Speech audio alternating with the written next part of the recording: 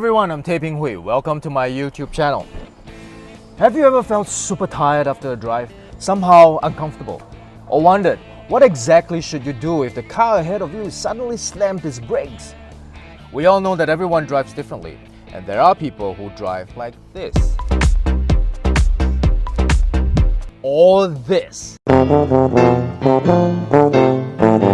Alright, I know that some of you actually drive like that.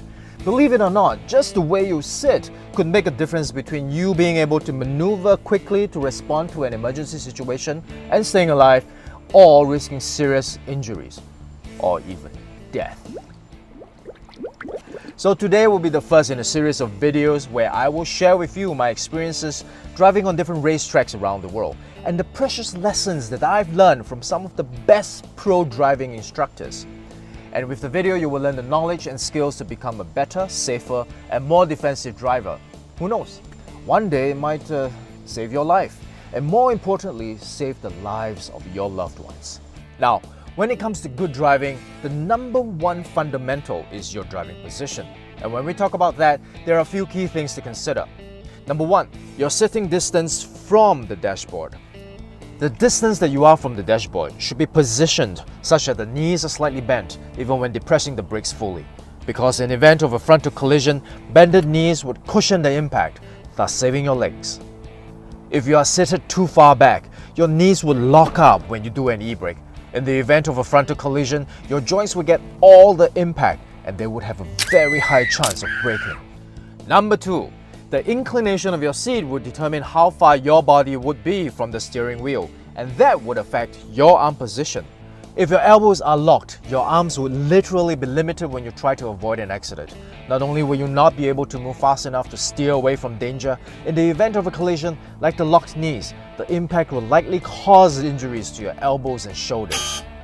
So the ideal position would be for your arms to be bent and in a relaxed position. You will be able to steer freely and your arms would not obstruct each other when you try to do an evasive maneuver. So a good way would be, with your shoulders against the back of the seat, adjust it to a point where your wrists can hang comfortably over the steering wheel.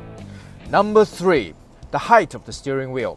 Using your wrists as an initial guide, adjust the height of the steering wheel to a point where the cockpit is clearly visible. After that, our hands should be placed at the 3 and 9 o'clock position. This allows us to have a maximum range of motion when turning the wheel. Number 4. The height of the headrest.